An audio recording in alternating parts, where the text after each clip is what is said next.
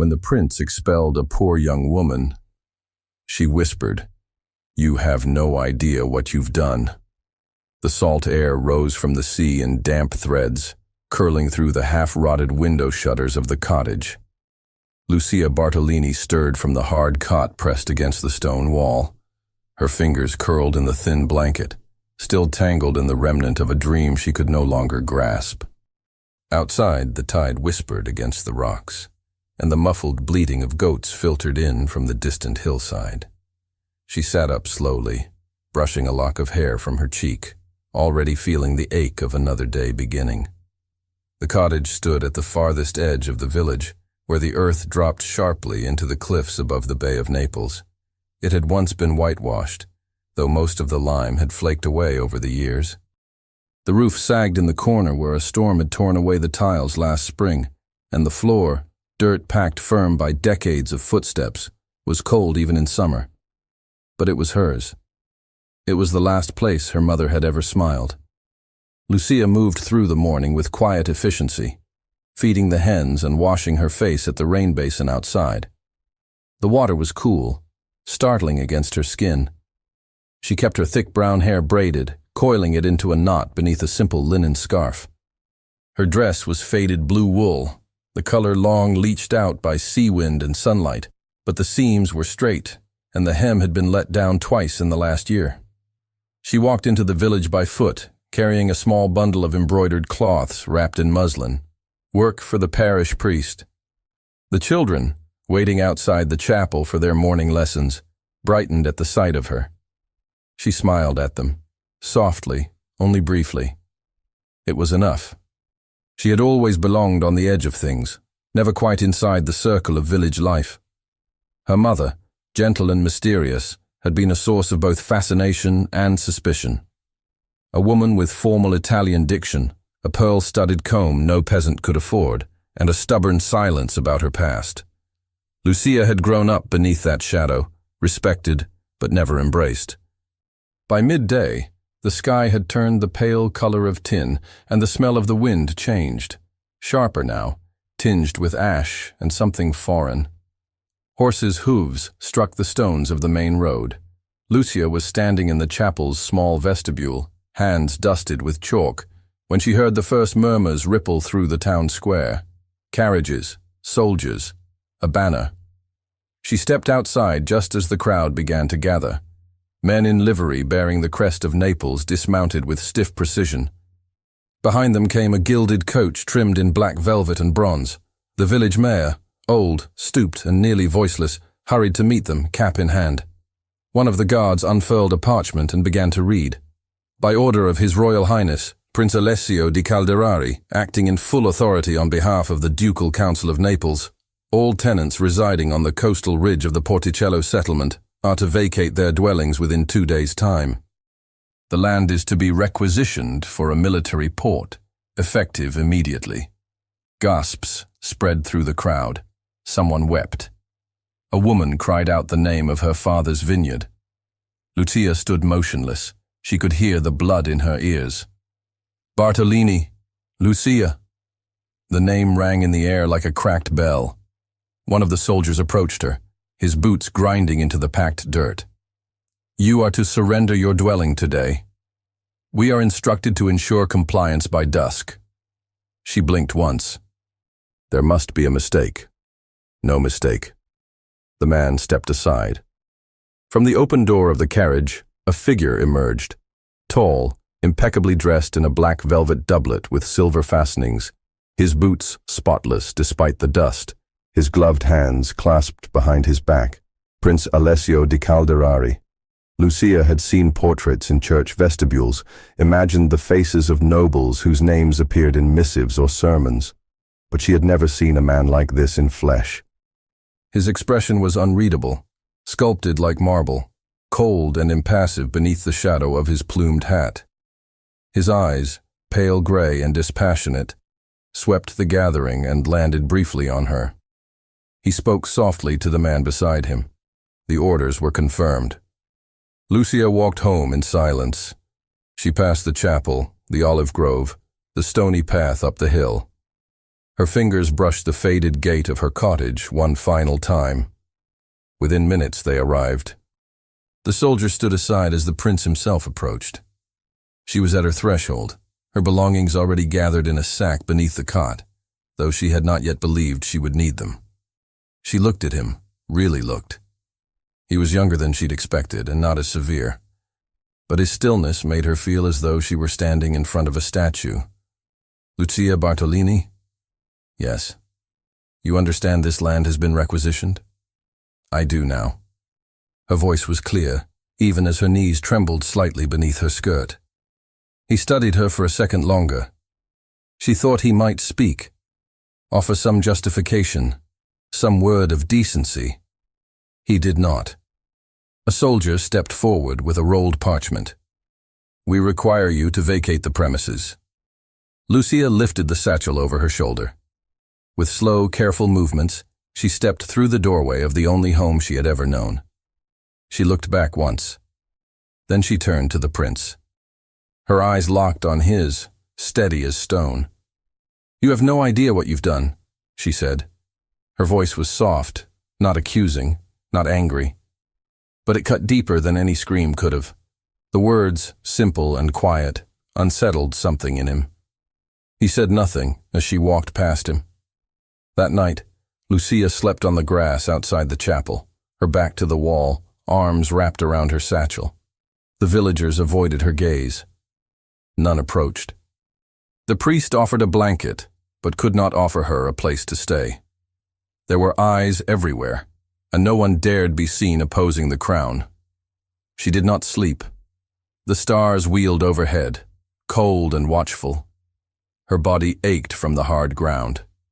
She kept her breath slow and even. At dawn, the first rays of light broke through the morning haze, silvering the stone and painting the rooftops in pale gold.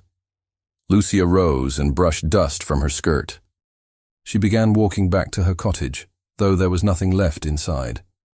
She just wanted to stand beneath the fig tree one last time. Inside, behind the hearth, where the plaster had cracked, she kept a worn prayer book belonging to her mother. She opened it with reverence. A small slip of parchment fell from between the pages. She unfolded it slowly. My dear Lucia, if this letter reaches you, I pray it finds you safe. I have written to Donna Agnese Rosamarina, who was my goddaughter long ago. She lives still, a widow now, at a villa near Amalfi. I have told her of you. She has offered to take you in as a companion to her niece. You will be safe there. She remembers me kindly. With all my love, your mother. The ink had faded, but the seal, pressed in rose-colored wax, remained intact. Lucia pressed her thumb to it. She could barely remember the name Agnese, but her mother had spoken of a friend once, a noblewoman who'd written letters in a careful hand and sent gifts when Lucia was small. She stepped out into the courtyard, wind lifting her braid. By late morning, a merchant cart passed through, headed south along the main road towards Salerno and Amalfi. The driver agreed to take her as far as the next town for a few coins. Lucia climbed into the cart, her bundle held tightly in her lap, unaware that the villa she was traveling to was one often visited by Prince Alessio himself. The road curved inland before dipping back toward the sea, each bend offering glimpses of the coastline, coves like cupped hands, cliffs draped in wild rosemary, and the silvery shimmer of waves uncoiling beneath the morning light. Lucia sat in silence on the cart's narrow bench, her satchel tucked between her feet, her fingers curled beneath the edge of her shawl. Every jolt of the wheel rattling over the stone road echoed in her spine. When they rounded the final hilltop, the driver slowed and pointed ahead with a stained finger. There, Villa Rosamarina. The estate lay nestled between olive trees and terraced gardens that sloped toward the sea. It was not a palace, not like the opulent villas of Naples, but its beauty was quiet, rooted. The main house rose in weathered stone, flanked by colonnades where vines curled around balustrades. The facade bore the faded remnants of painted frescoes, angels in mid-flight, cherubs peeking from clouds now chipped with time. Behind the house, the Tyrrhenian sea stretched to the horizon, lit with the gold haze of approaching noon. Lucia stepped down from the cart, her legs unsteady, and walked up the gravel path lined with cypress. A servant appeared to greet her, leading her inside with polite formality. The air shifted the moment she crossed the threshold, cool and fragrant with lavender and old wood. Donna Agnese awaited her in a high-ceilinged drawing room softened by tapestries and light filtered through sheer curtains. She rose slowly from her chair, her movements graceful despite her age. Her gown was brown silk, simply cut but elegant, and her silver hair was pinned beneath a lace veil. "Lucia," she said, her voice a little husky with emotion. "It's like seeing your mother again. The same eyes, the same chin." Lucia bowed her head. "Thank you, Donna Agnese. I'm very grateful to you." The older woman stepped forward and embraced her gently. There was no hesitation in the gesture, no judgment, only warmth. "You'll be safe here, and useful. My niece Bianca is delicate and too often alone. You'll be a companion to her. You'll have your own room, near hers. Modest, but quiet." Lucia swallowed, her throat tight. "That's more than I could ask." She was led through the halls, past rooms hung with portraits in vases of dried roses. The air smelled of lemon oil and sea salt. Her chamber was tucked into the eastern wing, overlooking the orchard. The walls were plastered in a faded peach hue, and the bed was narrow but covered in crisp linens. A wardrobe held a selection of modest gowns in soft colors, garments Bianca had outgrown or no longer wore. Lucia touched the fabric cautiously, unused to such softness. In the days that followed, she settled into a rhythm. Bianca, a sweet, pale girl of 16, warmed to her immediately.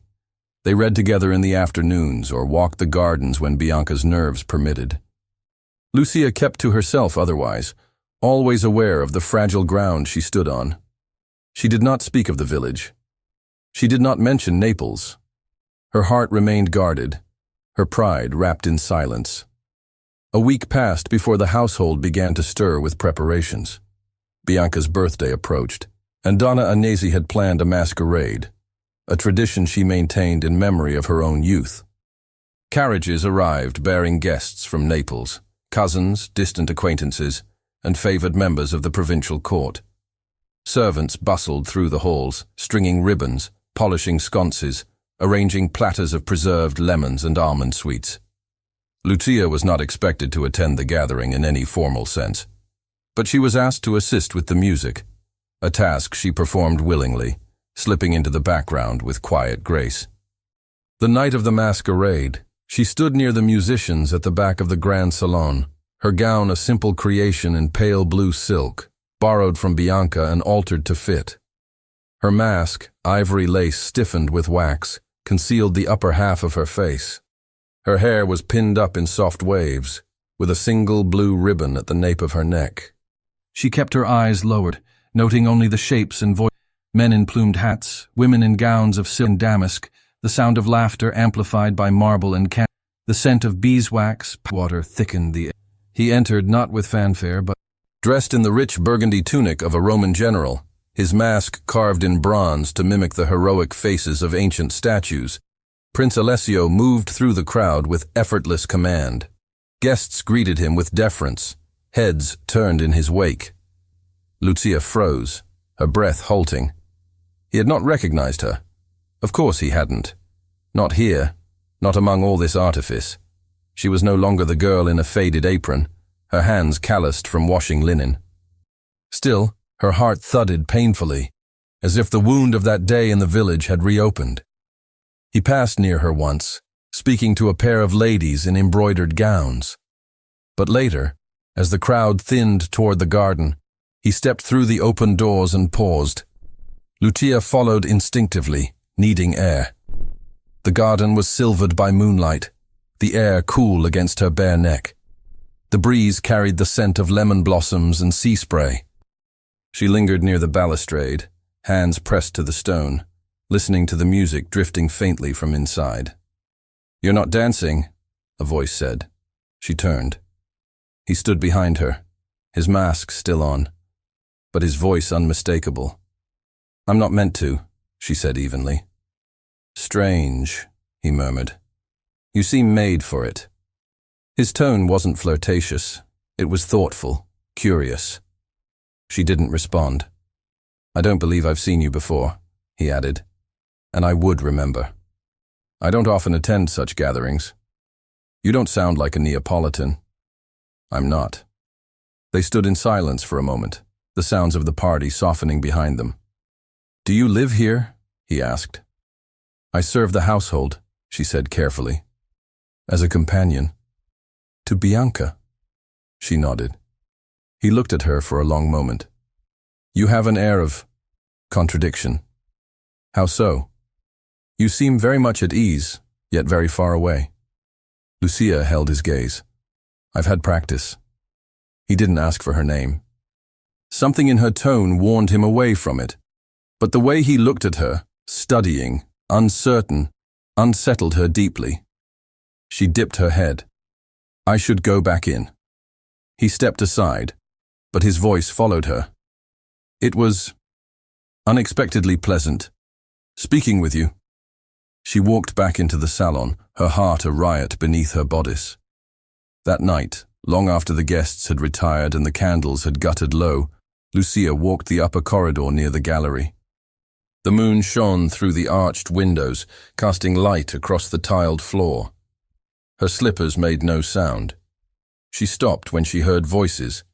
A door stood slightly ajar, the glow of lamplight spilling into the hall. It was Alessio's voice, low but clear. "I've done what's expected of me my entire life, Agnese, but lately I can't stop thinking about her. A girl I saw once in a village we were ordered to clear for a naval project. I was sent to oversee the evictions. She said one thing to me, just one, but it haunts me. I don't even know her name." Donna Agnese's voice was soft. "What did she say?" "You have no idea what you've done."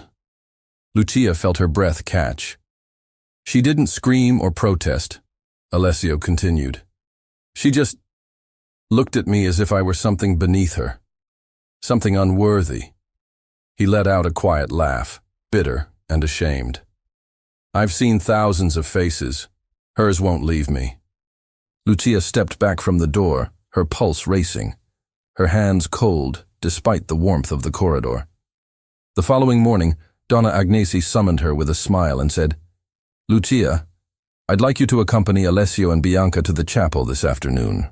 The morning of the chapel outing arrived cloudless and bright, the air heavy with the perfume of lemon blossoms. From the window of her chamber, Lucia could see the carriage being readied at the foot of the drive, horses shifting impatiently, their manes braided in ribbons of pale blue. Somewhere in the courtyard, Bianca's laughter carried, a delicate sound, like wind playing over glass. Lucia adjusted the ties of her bodice with steady fingers, though her heart was anything but. Her gown was one of Bianca's, a light wool in sage green, the sleeves trimmed with faded lace. It smelled faintly of lavender, a detail that might have calmed her if not for the knowledge that Prince Alessio would be riding beside them. He had haunted her dreams in the nights since the masquerade, not in tormenting visions, but in bewildering fragments, his voice low and uncertain, the line of his jaw in the garden light, the moment he'd spoken to Agnese without knowing she was listening. When she stepped into the courtyard, she found Alessio already waiting.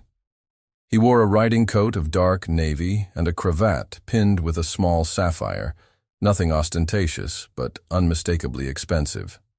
Bianca, seated beside him in the open carriage, beamed at Lucia and waved her handkerchief. "I saved you the good side," she teased gently. Lucia climbed in without hesitation and took the place beside Bianca, facing Alessio directly. Their knees nearly touched. She kept her posture straight, her gaze trained on the landscape that slipped past them as the horses trotted forward. It was Alessio who broke the silence first. "You speak Latin," he said, watching her with calm interest. "I heard you correct Bianca's pronunciation the other day." Lucia's brows lifted slightly. "Only what I was taught. My mother was particular about certain things. Was she a governess? No. She looked at him fully then, her expression unreadable. She never explained what she was, only what I must not become. Alessio gave a small nod, as though he understood more than he let on. They lapsed into quiet again.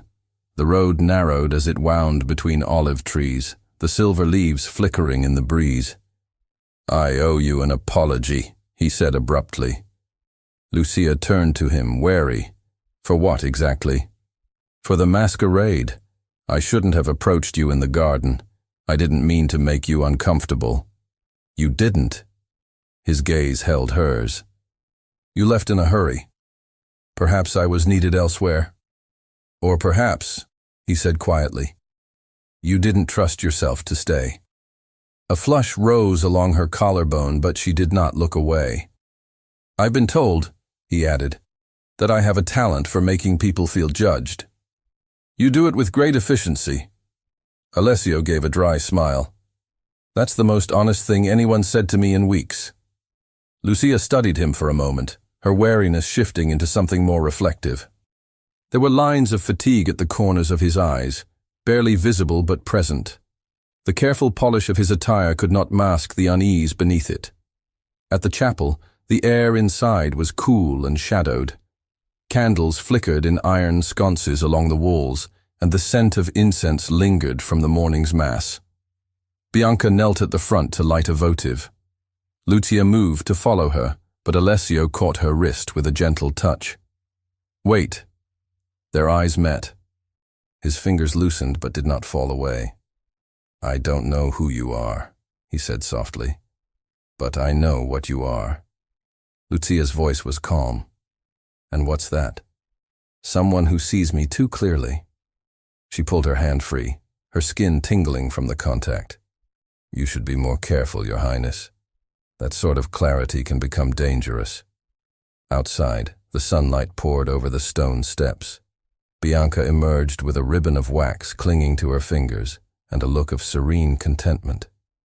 It's too lovely a day to go home already, she declared. Let's walk a bit. The garden path along the cliffs is still shaded. They strolled together beneath the shade of pine and myrtle. The wind teased loose tendrils of Lucia's hair, and she reached up to tuck them behind her ear. Alessio watched the movement as if it were a line of poetry. The conversation turned light, snippets of music, a comment on the design of a stained glass window, a shared laugh over one of Bianca's more dramatic recollections. But beneath each word, something trembled. A thread pulled taut between them. By the time they returned to the villa, something between them had shifted. Nothing spoken, nothing declared, but something undeniable. The next afternoon, guests from Naples arrived for a garden gathering, friends of Donna Agnese, lingering after the masquerade. Among them was Contessa Evelina Trissino, a woman of striking poise and a reputation sharpened by ambition. Her gown was chartreuse silk, her fan ivory lace tipped with silver. She greeted Alessio with the easy familiarity of someone who had long imagined herself standing beside him. Lucia kept to the edges of the gathering, seated near Bianca, weaving small blooms into a chain. But she felt Evelina's gaze on her, felt it like sunlight through glass, pinpoint and hot. Later, while sipping lemon cordial beneath the arbor, Evelina let her voice drift just loud enough to carry. There's something charming about these country companions, she said to a nearby gentleman, her tone light, her smile edged. One forgets they weren't born to this sort of ease. They mimic refinement so well. But eventually the cracks show. The gentleman made a sound of polite confusion. Evelina waved her fan. Accent, posture, the way one lifts a glass, it all tells a story, even when the mouth doesn't. Lucia stiffened. She felt heat crawl up her throat, not from shame but fury. She rose quietly, not trusting her voice, and turned to go. But Alessio stepped into her path. His face was unreadable. Is there something you should tell me? Lucia froze. She seems to think you're someone you're not, he said, and I'm starting to wonder if she's right. Her fingers clenched at her sides.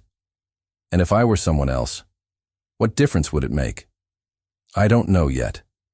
She looked past him, toward the orchard, her breath catching. I won't explain myself in front of them.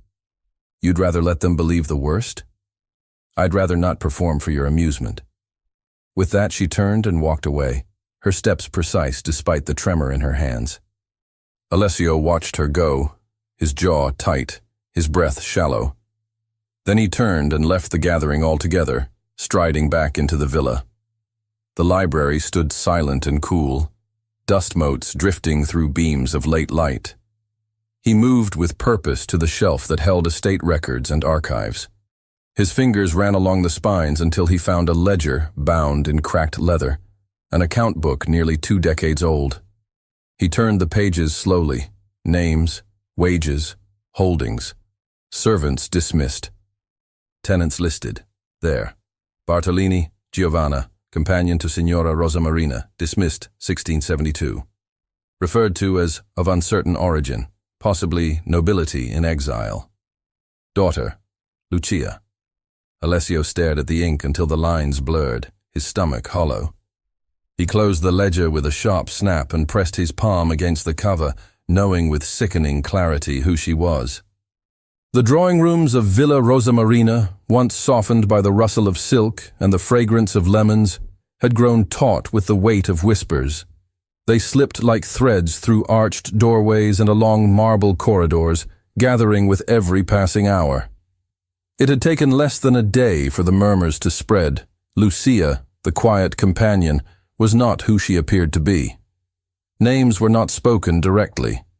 They were implied. Her accent, someone remarked, had a formality that no servant girl possessed. Her posture was too practiced, her silences too deliberate. The air of gentility that clung to her now worked against her, transformed into something dangerous, an elegance out of place, a mystery that asked to be unraveled. And Contessa Evelina Trissino had every intention of unraveling it. She moved through the villa with the poise of someone convinced of her triumph. In her eyes, Lucia's supposed deception was not only an affront, it was an opportunity. The final dinner of the week, held beneath the vaulted ceiling of the great dining hall, offered the perfect stage. Guests from Naples, still lingering after the masquerade and garden gathering, filled the long table. Their laughter rang hollow beneath the glint of chandeliers. Silver clinked gently against porcelain. Wine flowed freely. And at the far end of the table, beneath the painted cherubs of the coffered ceiling, sat Lucia, flanked by Bianca and Donna Agnese.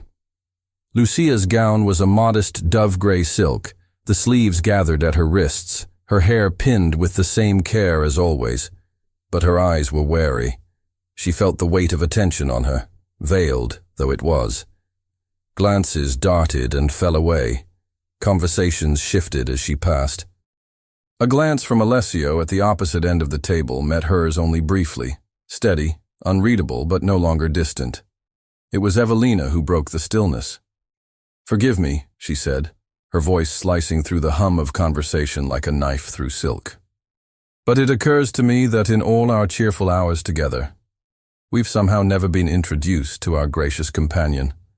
Such a quiet presence, and yet—" She smiled, folding her hands atop the tablecloth. "So very fascinating." The room hushed with the weight of expectation. Forks paused mid-air, wineglasses tilted, then stilled. Lucia did not move. Her pulse thrummed in her throat, but her chin remained high. Donna Agnese lifted her head slowly. "Lucia's presence in my household is not for public dissection." "Oh, I mean no harm," Evelina continued, tilting her head with mock innocence. "I only wondered how she came to be here. One hears things, after all. Names, former places of residence. Connections to evicted lands." Alessio's glass halted halfway to his lips. Lucia's breath was shallow. She opened her mouth, but no words came. The silence lengthened, unbearable. "Surely," Evelina added, "if there's nothing to conceal, there's no reason not to tell us. Who are your people, my dear? Who claimed you before you claimed this place?" A few at the table murmured softly. A few leaned forward. Lucia stood, her napkin falling to the floor. Her voice, when it came, was steady but low. "You presume the right to demand what was never yours to know." "She presumes nothing," came Alessio's voice, firm, low, and clear enough to quiet every whisper. He rose slowly, his chair scraping back against the stone floor. All eyes turned to him as he stepped away from the table, one hand resting on the back of his chair, the other at his side. "You want to know who she is?" he said, looking at Evelina, and then the room at large. "She's the woman I once evicted, by my hand, my seal, my signature. I carried out an order, believing it routine, and in doing so, I forced her from her home. She didn't cry. She didn't beg. She looked me in the eye and told me the truth, that I had no idea what I'd done." His words landed with the weight of something immovable. He turned to face Lucia fully. "I had no idea," he said, "that I had taken shelter from someone who deserved dignity more than anyone at this table. That I had dismissed a woman whose strength is greater than any title, whose silence speaks more than a room full of names." Evelina began to rise, but Alessio raised a hand to silence her. "She is Lucia Bartolini, daughter of Giovanna Bartolini, once a companion to this very household, and before that, daughter to a family of noble blood fallen to ruin. If she bears herself with the grace of a lady, it's because she was raised by one. If she speaks with poise, it's because no amount of hardship could rob her of it." A hush, profound and electric, stretched through the hall. "Any shame here," he added, "does not belong to her. It belongs to those who would question her worth simply because she was born into silence instead of splendor." Donna Agnese stood beside her chair. "I vouch for Lucia, with my name and house. She is welcome here." A ripple moved down the table, nods, murmured assent, eyes lowered in embarrassment. Evelina sat back, her mouth tight. When the dinner resumed, the mood had shifted. Conversation returned, but it did not touch Lucia again. She sat, barely breathing, her hands cool and still against her lap. She did not look at Alessio, but she felt his gaze. Later, long after the candles had burned low and the guests had retired to their rooms or the terrace, she walked alone through the quiet hallway, the stone floor cool beneath her slippers. The door to the gallery was ajar. Inside, the moonlight pooled over the tiled floor. He was there, standing near the open window. Lucia stopped just inside the threshold. Neither spoke. He turned slowly, and for the first time his expression held no guarded edges. "I meant every word." She nodded once. "I know. I should have seen it," he said. "From the first moment. I should have remembered your face. I did, but I didn't let myself believe it." "You weren't meant to remember," she said quietly. "Not someone like me." "That isn't true." Lucia stepped closer, until the sound of the sea beneath them became the only noise between words. "I've lived too long with silence," she said. "I wore it like armor. But you—" She stopped, her voice thick. "You broke through it, and I hated you for it." He exhaled slowly. "I hated myself first." She looked up at him. "I don't know what to feel now, but I know what I see. And I see a man trying to be something no one in his world ever taught him to be." His throat worked. "I'm not asking for your forgiveness, only the chance to deserve it. And what would you do with that chance?"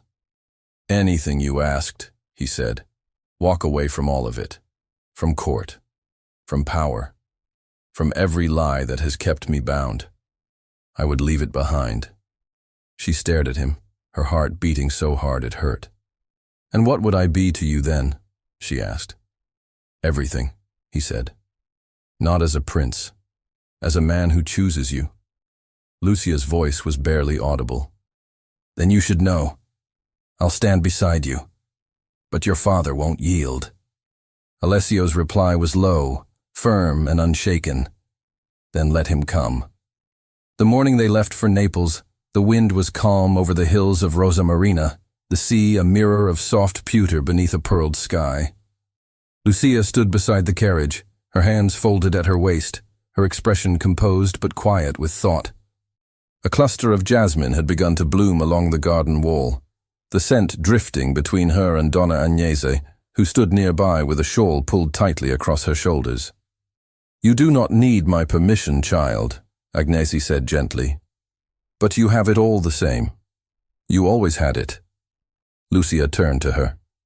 "You have given me more than shelter." Agnese gave a wry smile. "I only gave you what your mother would have.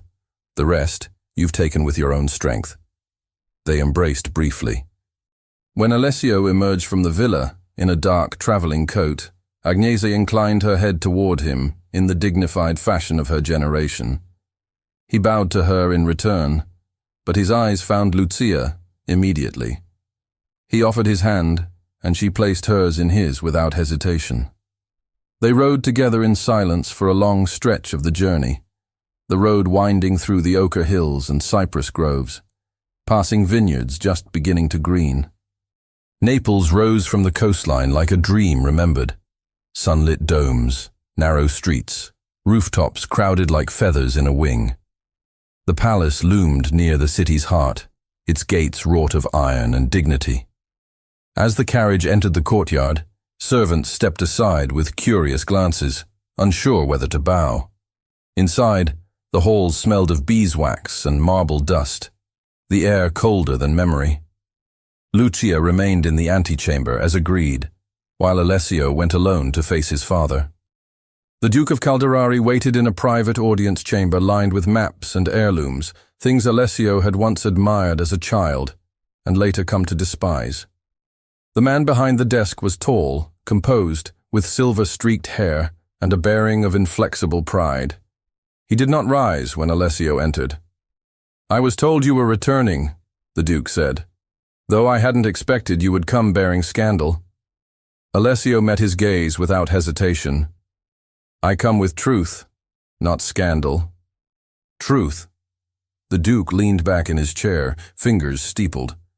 "You arrive here to declare your intention to wed a woman of questionable origin, tied to the very peasantry you were meant to govern." "She is not questionable," Alessio said quietly. "Her name is Lucia Bartolini. Her mother served this house. Her family on her mother's side bore noble blood before it was stripped by time and silence. And if I am to carry the Calderari name forward, I will do so beside her, or not at all." The Duke's expression did not flicker. "You would renounce your inheritance, your future. I would renounce a future built on silence and cowardice. Do you think your romantic gesture will make you a hero among the people?" The Duke's voice sharpened. "They'll remember you not as noble, but as mad. I don't require their approval, or yours." A long silence passed between them, stretched tight as a bowstring. The Duke stood at last and crossed to the window. Outside, the garden bloomed in orderly precision, trimmed hedges and roses clipped to obedience. "You are no longer a child," he said finally, "and I can see that I can no longer treat you as one." Alessio said nothing. The Duke turned. "If I cast you out entirely, the scandal will stain this house more than your rebellion ever could. So I offer you this. You will not marry her as the heir to Calderari, but as a man of your own choosing. I will grant you a modest estate in the southern province. You will be removed from the line of succession. You will live without title, and you will not return." Alessio's voice was steady. "I accept." The Duke inclined his head, the gesture more command than farewell. "Then go." He did. Lucia was waiting in the corridor, her eyes searching his face. He offered no words, only his hand. She took it, and they walked out of the palace together. By the time they returned to Villa Rosamarina, the news had begun to trickle through the polite circles of Naples like spring water down stone. Prince Alessio de Calderari had renounced his inheritance to marry a former servant's daughter. The words were spoken with disdain by some, amusement by others, but a few, quietly, spoke them with admiration. Not for the scandal, but for the courage it required. Donna Agnese welcomed them back without ceremony, as though nothing extraordinary had happened. But in the days that followed, a quiet flurry of preparations began. Seamstresses arrived with samples of silk. The chapel was swept and polished. Invitations were sent, not to lords and ladies of rank, but to the few who mattered: friends, loyal staff, Bianca, and those who had seen Lucia not as a mystery, but as herself. The wedding day dawned clear and windless, the sky brushed in pale gold. Lucia dressed in silence, her gown a soft ivory silk, the sleeves narrow, the bodice unadorned. Her hair was pinned in simple waves, with a single pearl comb tucked above her ear. She wore no veil. Donna Agnese entered her chamber just before the bells began to ring. "Your mother," she said, smoothing a wrinkle at Lucia's sleeve, "would have been so proud." Lucia pressed her hand over Agnes's. "I carry her with me." In the garden beneath the olive trees, white chairs had been arranged in a crescent facing the sea. A small altar stood beneath a garland of laurel and jasmine. Alessio waited, dressed in a dark suit that bore no crest, no gold thread, no house emblem. He was no longer a prince in title, but he had never stood taller. When Lucia stepped into the garden, the chapel bells began to chime. Her steps were measured, but not slow. Her head was high. The sea behind Alessio shimmered like glass. The wind stirred her skirts and whispered through the trees as she reached his side and placed her hand in his. The ceremony was brief, spoken in the soft Latin of the old rites. Vows exchanged not in grandeur, but in clarity. When Alessio spoke her name, it was with reverence. When she spoke his, it was with peace. There was no fanfare, no orchestra.